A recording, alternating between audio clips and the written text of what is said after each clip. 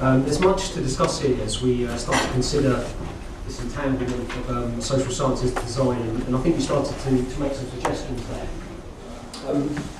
So in your paper you attend to the girl, and you show how this subject icon is a point of focus for neoliberal interests. You trace out the figure of the girl through these advertising campaigns to the company's economic planning and calculations. And with this attentiveness, you suggest that the promises being made, the futures that are being anticipated, are closures that are too neat. The girl is, as you say, a kind of an alibi for business as usual. So I wondered how this attentiveness relates to design. What can design make of this taking apart of a complex object? Isn't design about putting things together? Well, I'd like to suggest that design can attend to the objects it has a hand in putting together. And to do this, I'll talk about speculative design as a methodology for opening up the territories in which it operates. So where you spoke about the girl, I'll take a more general subject, public engagement with science and technology. And public engagement has a long history, and a persistent argument being made there by policy and by science institutions is that society can benefit culturally and economically from the participation of the public in scientific knowledge making. So besides the visual similarities with the girl, in public engagement we see some similar work being done. These are programs of investment in excluding publics, the provision of expertise to non-experts, and also the prospect of democratic futures.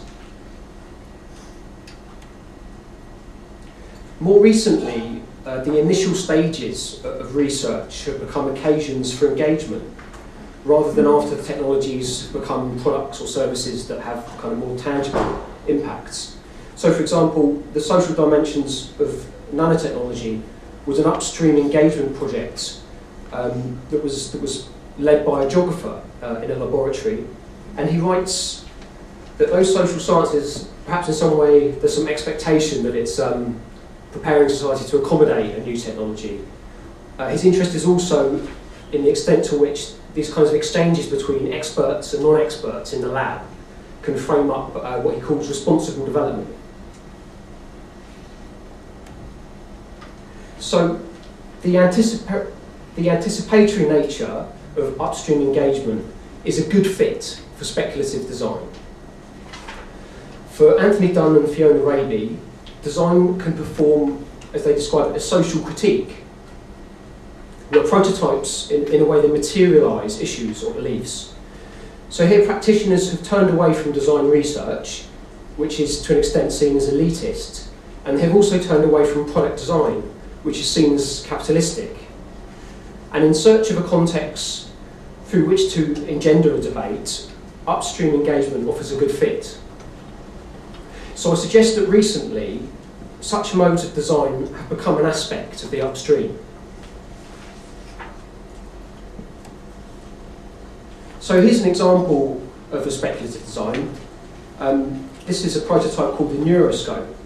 And the object's on the right there. It allows the user to look onto a virtual culture of cells. You can see that kind of virtual representation on the bottom left.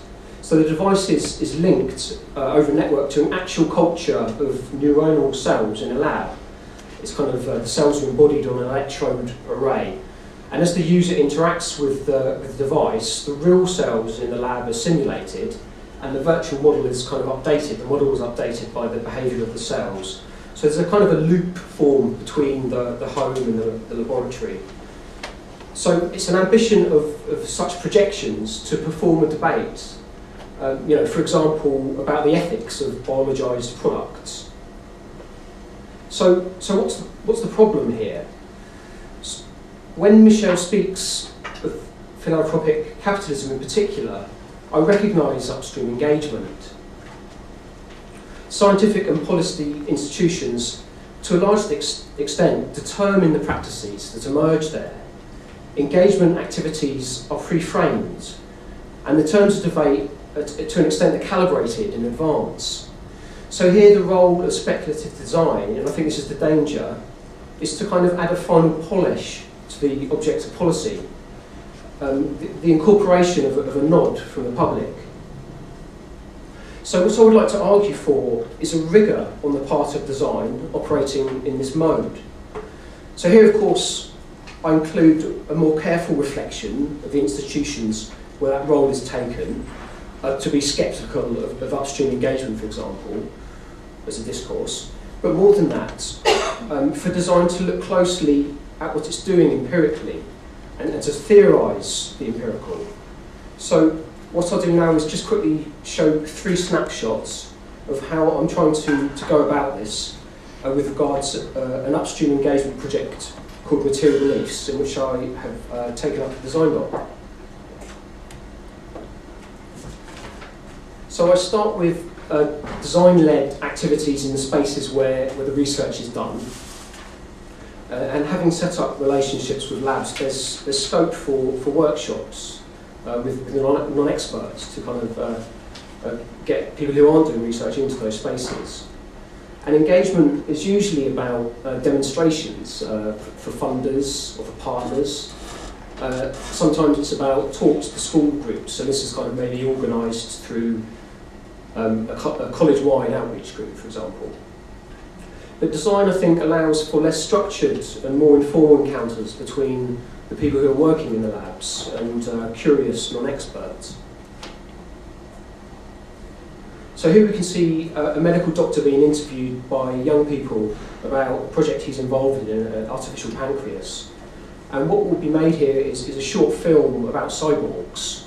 So it's a kind of interplay of the medical application, of science fiction, of humour and of analogue electronics. And perhaps there's some value in developing heterogeneity in this way, of following engagement as a ground in which seemingly incompatible strands, incompatible versions of technology, if you like, could be brought together in more ambiguous objects. So I turn now to designing alternatives. In the image here you can see the digital plaster, and it's an example of research being done at this institute. It's a disposable patch with silicon embedded in it, and it includes biosensors, and it's monitoring, for example, blood sugar levels.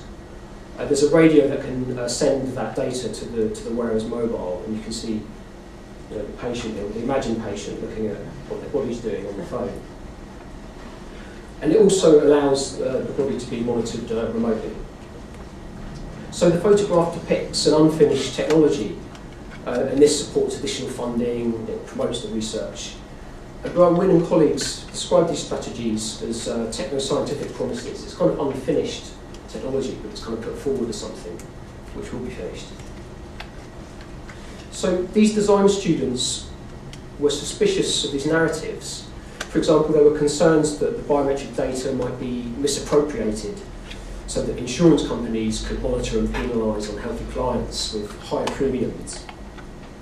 So in this kind of a situation, technologies become less clear, and alternative concerns and issues arise in these kind of informal conversations. So rather than following a single trajectory towards the digital plaster that you saw, the outcomes of that technology become multiplied. And these views were surprising to the researchers, who assumed that there would be a focus on the benefits of technology. So speculative designs can then be worked up as materialisations of these alternative trajectories for technology. So my third strand is the public exhibition of these designs. And here's a large contemporary product design show in Spain. And in this kind of venue, speculative design takes this deliberative approach to technology and science into a product design technology. So that's in contrast perhaps to work which might consider the material or the formal, the semiotic qualities of design objects. So such events help us think about what we mean, what designers mean by engagement or doing engagement. So as this quote suggests from one of the designers who participated, who's being engaged here, and how can we know? So perhaps it's fair to talk about these events as a form of dissemination. The work is disseminated, and it clearly does something, but it's very tricky to make claims about staging debates. So I'm just curious about finding a way of talking about what's happening here. So, to conclude, Michael has characterised the objects of speculative design as an assemblage of issues, technologies, people, materials and expertise. And these objects kind of spiral out in many conceptual directions, raising questions about a multitude of interesting issues surrounding science and technology. That part was a quote. Michel drew attention to how the girl is drawn together, closed down and stabilised by economics. The girl reminded me of upstream engagement, which claims to democratise emerging technology.